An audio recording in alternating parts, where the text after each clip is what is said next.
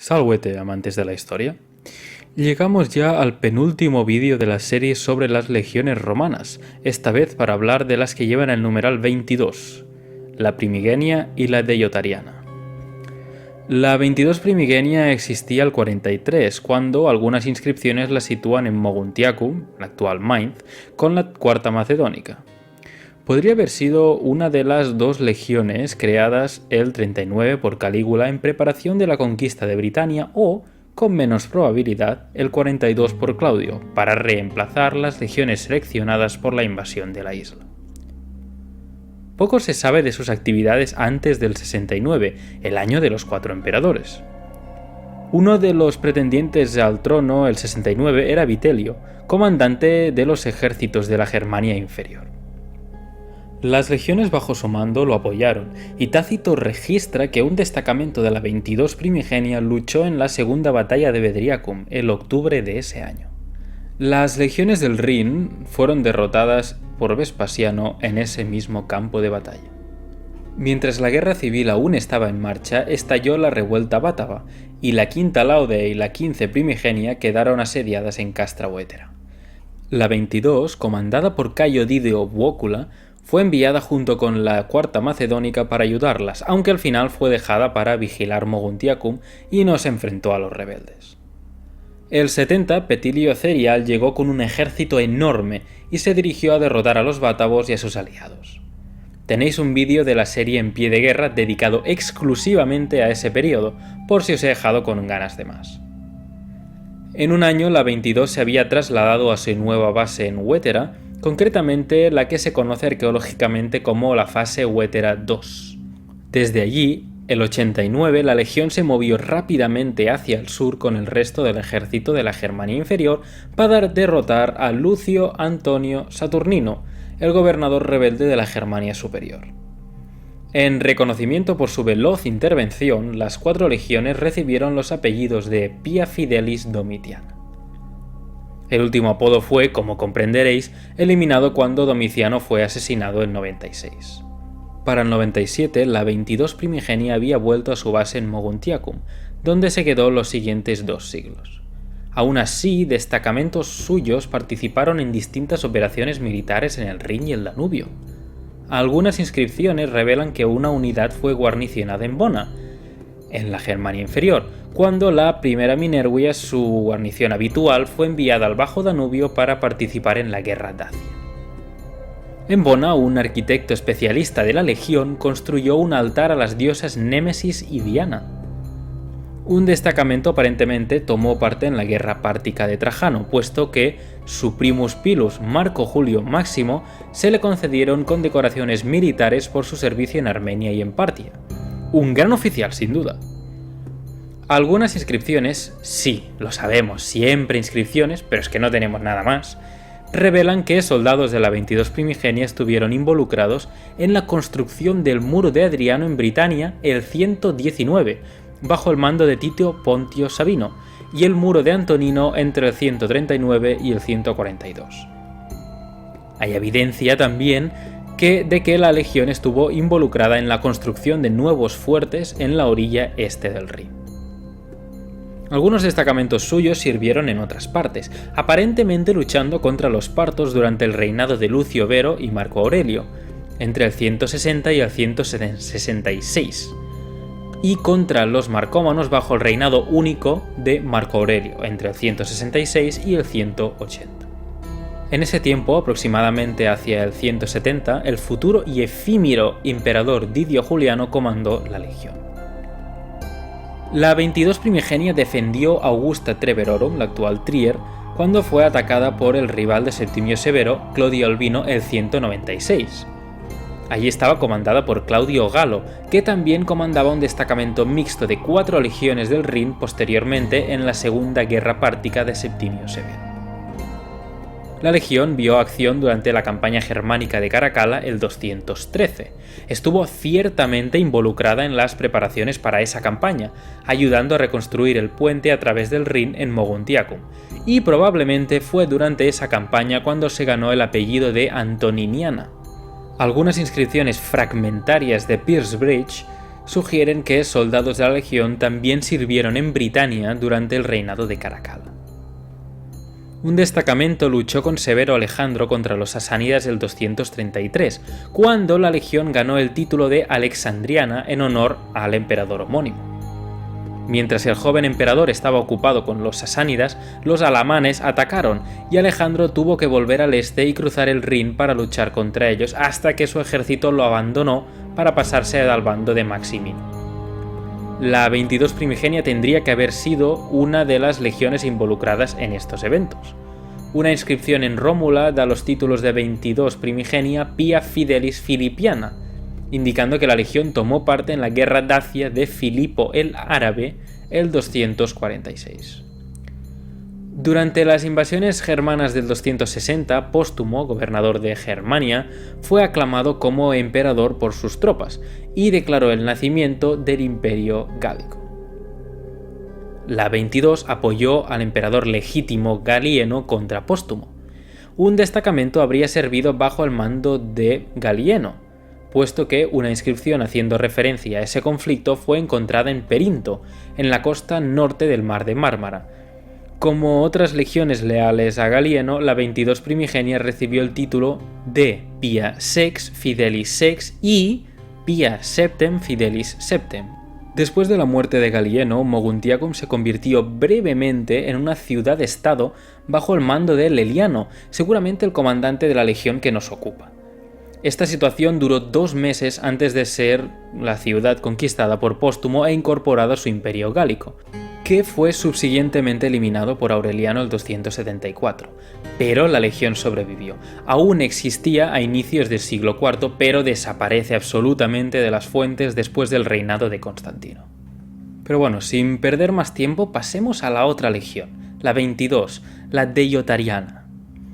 El inusual nombre de la legión procede de un estadista ajeno al mundo romano, el rey Deiotaro de Galacia, en el centro de Anatolia, que creó y entrenó ejércitos entrenados al estilo romano en el siglo I a.C. El 48 a.C., después de la victoria de César contra Pompeyo, el ejército del rey Farnaces del Ponto suponía una amenaza para varios aliados de Roma en Asia Menor, incluyendo Galacia. El gobernador romano de Asia en ese momento, Gneo Domicio Calvino, fue derrotado por Farnaces en Nicópolis, en la Baja Armenia. El ejército de Calvino incluía las 2 legiones de Deiotaro. Lucharon francamente mal y sufrieron muchas bajas en Nicópolis. Cuando César llegó unos meses más tarde para enfrentarse a Farnaces en la batalla de Cela, en el Ponto, los legionarios de imitación de Deiotaro, lo que vulgarmente se llamaba en la época técnicamente los legionarios de los chinos, pasaron a formar parte del ejército romano. Esta vez los romanos salieron victoriosos del encuentro y a pesar de que Farnaces usó carros de guerra con hojas afiladas en los ejes. La rapidez, decisión y efectividad de la campaña encuñaron uno de los lemas más conocidos de César: Vine, vi y vencí. Para el momento en que Galacia se convirtió en una provincia romana, el 25 a.C., algunos de esos legionarios, los más veteranos, estarían sirviendo en las legiones romanas regulares. Esto explica el apellido de Deiotariana, de Deiotaro, aplicado a la legión 22ª durante el período Flavio. Aún así, hay razones para pensar que la 22 Deiotariana fue una de las 3 legiones en Egipto mencionadas por Estrabón, que de hecho escribió su obra en el momento en que fue creada, y un documento en papiro deja entrever que estaba estacionada en la provincia para el 8 a.C. El destacamento de hombres seleccionados de Egipto que menciona Tácito como presente con Corbulón en Siria para su guerra pártica al 63 seguramente incluía legionarios de la 22 Deiotariana, así como de la tercera Cirenaica, de la cual ya hablamos. Hombres de las legiones egipcias participaron en la supresión de la primera revuelta judía entre el 66 y el 70, especialmente en el asedio y la captura de Jerusalén. Hace tiempo hablamos ya de las 2 revueltas judías y nos quedaron unos vídeos bastante interesantes, así que echadle un ojo. El historiador romano Tácito especifica que destacamentos de la Deiotariana y la Cirenaica estuvieron presentes junto a Tito en Judea en el inicio de ese año, y el escritor judío Flavio Josefo registra que juntos ascendían a 2000 efectivos, bajo el mando de Eternio. Desafortunadamente para nosotros, y como ya os contamos con el caso de la segunda Trajana, la 22 Deiotarhiana pasó la mayoría de su existencia en una provincia manteniendo la paz y apoyando a las autoridades romanas. Una inscripción del siglo I de nuestra era de Copto, en el Valle del Nilo, describe cómo partidas de trabajadores de varias legiones, junto a varios auxiliares, construyeron cisternas para estaciones de rellenado de agua y fortificaciones a lo largo de la ruta desde el Valle del Nilo hasta los puertos del Mar Rojo. Esta ruta era utilizada por mercaderes y viajeros yendo de Egipto y el resto del Mediterráneo hasta Arabia y la India. El ejército romano estaba implicado en ello porque las autoridades romanas estaban muy interesadas en monitorizar los movimientos en las zonas fronterizas y mantener impuestos sobre las mercancías que se vendían por todo el imperio a altísimos precios. Soldados de la Deiotarhiana también sirvieron para controlar el paso de barcazas que llevaban el preciado cereal egipcio hacia Alejandría y luego hacia Roma. Esto queda demostrado por registros en jarrones de terracota que contenían muestras de cereal de varios barcos. Parte de uno de estos registros, fechado el 2 a.C., dice así: desde el Nomo de Oxirrinco, Amonio, hijo de Amonio, de timonel del barco público cuyo emblema es, a través de la gente, Lucio Oclatio, un soldado sirviendo como marinero, de la 22ª Legión, segunda cohorte, centuria de Máximo Stoltio. Y Hermias, hijo de Pétalos, timonel de otro barco, cuyo emblema es Egipto, a través de la gente Lugio Castricio, un soldado sirviendo como marino, de la 22ª Legión, cuarta cohorte, centuria de Tito Pompeyo. Esto es una muestra que ponemos a bordo de la cosecha del 28º año de César. Centuriones de la 22 Deiotarhiana, provenientes de la moderna Luxor, también pusieron sus nombres en las estatuas colosales de Amenhotep III, lo que se conoce como los Colosos de Memnos. Muchos no tienen fecha, pero algunos se datan de los reinados de Nerón y Domiciano.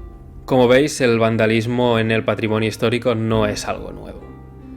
La inscripción de Coptos también echa luz en los orígenes y estatus de los legionarios en Egipto en el período imperial reciente. Mientras que la mayoría de legionarios eran ciudadanos romanos cuando eran reclutados, rarezas en los nombres de algunos de estos hombres sugieren que no lo eran.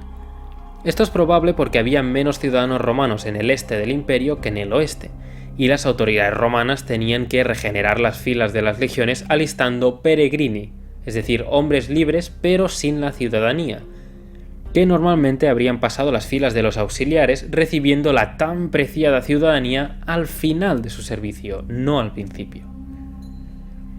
Casi todos los 36 legionarios de Coptos que aparecen eran del este, la mayoría de Galacia, incluyendo 10 de Ancira. Esto refleja los orígenes de Gálatas de la Deiotarhiana, así como la reputación de los naturales del lugar de hombres duros, y el hecho de que la provincia no tenía una legión estacionada ahí. Otros eran de Egipto, 6 de Alejandría y 2 del campamento, probablemente hijos de soldados. Como en otras provincias, la proporción de hombres reclutados en el campamento se incrementó con el tiempo, generando así una especie de reclutamiento hereditario. Desde el reinado de Augusto hasta el de Caracalla, los soldados romanos, legionarios incluidos, no podían casarse oficialmente. Por supuesto, esto no evitaba que muchos de ellos, como humanos que eran, mantuvieran relaciones y familias informales, solo que éstas no se admitían legalmente. Estas uniones irregulares tenían varias consecuencias importantes. Los hijos nacidos de estas parejas se consideraban ilegítimos y por ende no tenían derechos de ciudadanía y herencia de los cuales disfrutaban los hijos legítimos romanos. Aún así, los emperadores, reconociendo la importancia de la lealtad de los soldados hacia su persona y hacia el Estado, emitieron normativas que limaban las problemáticas más duras de esta restricción. Un ejemplo claro de esto lo encontramos en una carta en papiro de Adriano a Quinto Ramio Marcial, prefecto de Egipto entre el 117 y el 119, cuyo original estaba localizado en la fortaleza de la 22 Deiotarhiana, en Alejandría. Esta extiende el derecho de herencia sin testamento a los hijos reconocidos pero ilegítimos de los soldados romanos. Copia de la carta de nuestro señor Adriano, traducida y almacenada en los cuarteles de invierno de las legiones tercera cirenaica y 22 de Yotariana, en el cuartel general en el tercer año del reinado de Adriano, cuando fue cónsul por tercer año, junto a Rústico, en el 4 de agosto, que es el 11 de Mesore. Esto último hace referencia al calendario egipcio.